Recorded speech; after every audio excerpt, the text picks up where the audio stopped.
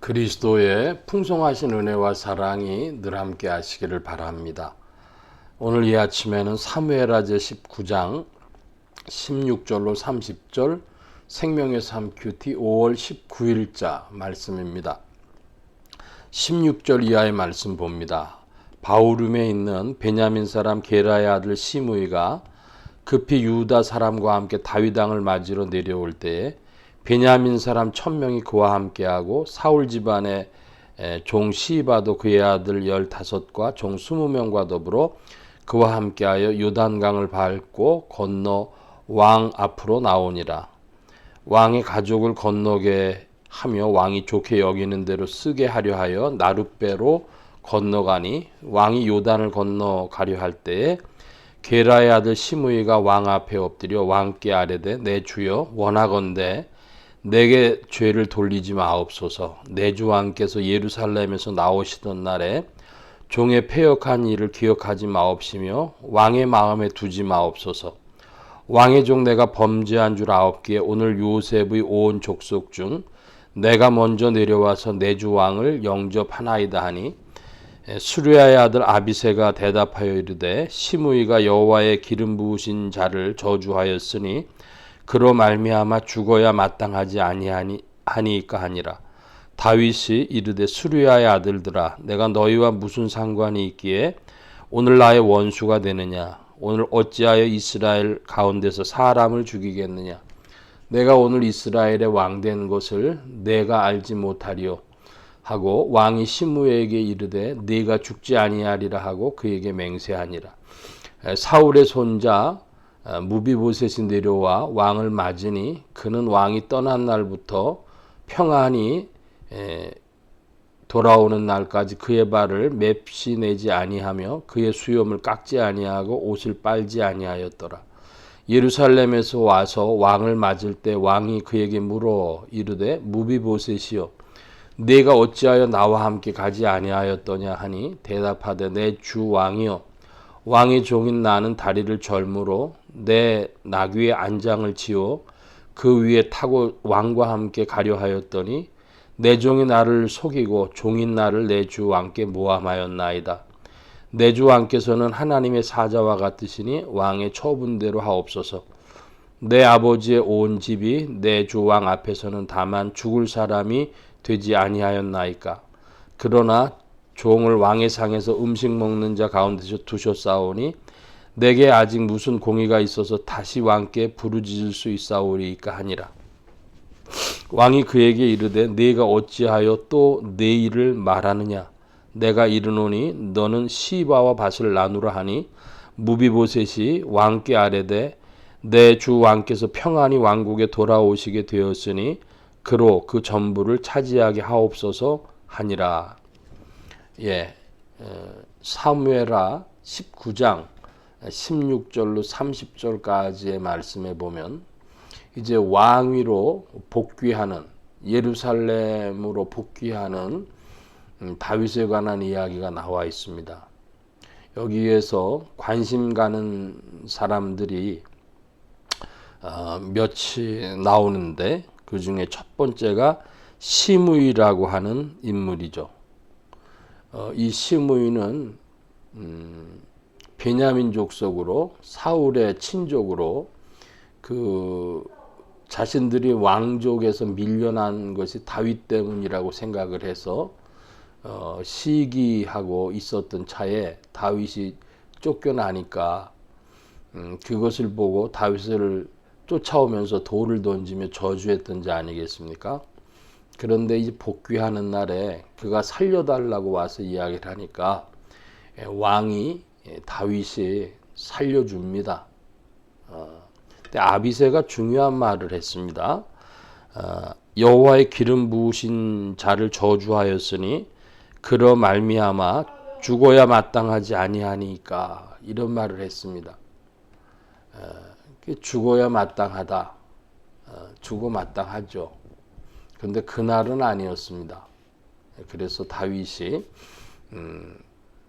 내가 죽지 아니하리라 이렇게 맹세를 해줬습니다. 오늘 이 사무엘하 큐티에 생명의 산 큐티에서 제목을 지도자에게 필요한 관용의 마음, 분별의 지혜 그랬는데 글쎄 이것을 관용이라고 본다면 조금 너무 긍정 해석을 한 것입니다. 너무 지나친 해석을 한 것입니다. 무슨 말씀인고 하니 심의의 그 끝이 어떻게 되어졌는가? 그러면 결국 심의는 죽임을 당합니다. 다윗이 솔로몬에게 왕위를 넘기면서 네가 어떻게 처리할 것을 알 것이다. 그랬고 이제 솔로몬은 이 시므이에게 예루살렘을 떠나서 시내를 건너가지 마라. 그랬는데 그가 자기의 종 문제 때문에 시내를 강물을 건너갔다 온 겁니다. 시냇물을 건너갔다 왔어요. 그 일로 인해서 시므이가 죽임을 당합니다. 그래서 사람들은 이거 솔로몬이 지나친 것 아니냐 뭐 이렇게들 이야기하는 이들이 있습니다. 그런데 열왕기상의 2장의 말씀에 보면은 열왕기상 2장 46절에 이렇게 기록이 되어져 있습니다. 시므이를 분하야가 처형한 후에 이에 나라가 솔로몬의 손에 견고하여지니라 그랬습니다. 이에 나라가 솔로몬의 손에 견고하여지니라. 성경의 표현입니다. 왜 이렇게 했을까요? 여호와의 기름 부은 자를 함부로 저주한 일에 대해서 다윗이 직접적으로 그 자리에서 실행하지는 않았지만 그것을 솔로몬에게 넘겼습니다. 그리고 솔로몬이 그 일을 다 집행하고 나니까 성경이 기록하기를 이에 솔로몬의 손에 나라가 견고하여졌다. 나라가 솔로몬의 손에 견고하여지니라 이렇게 표현하고 있는 것을 보는 겁니다. 그러니까 리더라고 하는 사람이 무슨 일을 할 때는 신중해야 될 것이고 거기에 대해서 반드시 책임 묻는 일, 해야 될 것은 책임을 물어야 하겠죠. 관용이 아무데나 주어지지 않는 것은 아비새가 이야기한 것처럼 여호와의 기름 부은 자를 저주했으니 죽어 마땅하다. 그 이야기도 살리고 그리고 오늘 이 돌아가는 마당에 베냐민 족속들이 1000명씩이나 대기하고 있는 데서 그를 죽일 이유가 없지요. 덕 있는 군주의 모습을 보여야 되기 때문이죠. 우리 그것을 잘 기억해서 분별의 지혜라고 한다면은 맞는데 죽여도 그때는 아니었던 겁니다. 분별 이거 잘 헤아려서 때를 분별하는 지혜가 다윗에게 있었고 그리고 적당한 때에 적당한 방식으로 그것에 대한 책임을 물은 것입니다. 마땅히 물어야 될 책임을 물어서 시므이는 결국 열왕기상 2장 46절에 분하야에 의해서 죽임을 당하게 되는 것이죠. 자, 그 같은 열왕기상 2장에 이 시므이의 죽음 앞에 기록되어져 있는 이야기가 있는데 그것은 요압의 처형이었습니다. 요압은 왕이 예루살렘으로 돌아오는데 공론을 했지만은 그가 3명의 사람들에 대해서 죽음을 세 사람을 죽입니다. 첫째로 다윗이 원치 않았던 압살롬의 죽음입니다. 두 번째는 다윗이 마음에 두고 있었던 아마사, 군장을 삼으려고 했던 아마사에게 그 군권이 넘어갈까봐 그를 죽이죠. 또 누구도 죽이냐 그러면 아브넬도 죽입니다. 이것도 군권이 넘어갈까봐 그런 것이죠. 그러니까 자기가 거의 다윗과 대등한 그런 권력을 쥐고 있는 겁니다. 군권을 쥐고 있는 겁니다. 결국은 분하야의 손에 의해서 처형을 당하죠. 그 우리나라에도 12.6 사태인가 있었을 때 차지철이라고 하는 사람이 있었습니다.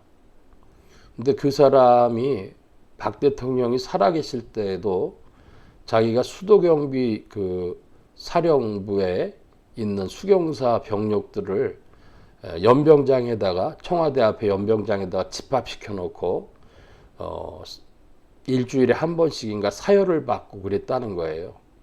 그러니까 그 사람도 대통령이 너무 가까이 있어서 어쩔 수 없었지만 죽어 마땅한 인물이었던 겁니다. 차지철이라는 사람이 영락교회를 열심히 다녔어요. 어머님이 신자였고 영락교회를 아무리 열심히 다녔던 집사였던 뭐했던 이 지상 역사에서는 그런 것들이 큰 의미를 갖지 않습니다. 마지막 날에 심판하실 분이 우리는 다 그 심령을 헤아릴 수 없으니까 하실 것이고 심판하실 것이고 이 지상의 역사에서 그 차지철이라고 하는 인물이 그 죽임을 당했던 것처럼 이 요압도 그 왕 옆에 있어서 거의 왕의 버금가는 권력을 휘두르며 군권을 쥐고 있었는데 자기의 그 군권에 도전할 만한 사람들 아마사라든지 아브네일이라든지 이런 사람들을 다 죽이는 것이죠. 그러니까 압살롬부터 시작해서 세 사람의 피를 이 요압이 흘린 것입니다. 그래서 결국 분하야에 의해서 죽임을 당하죠.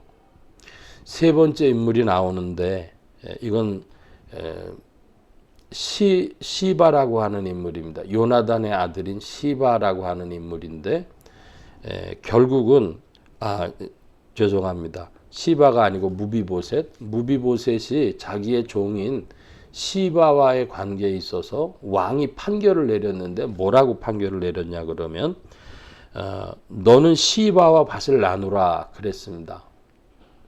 그러니까 너 잘못한 거 있어.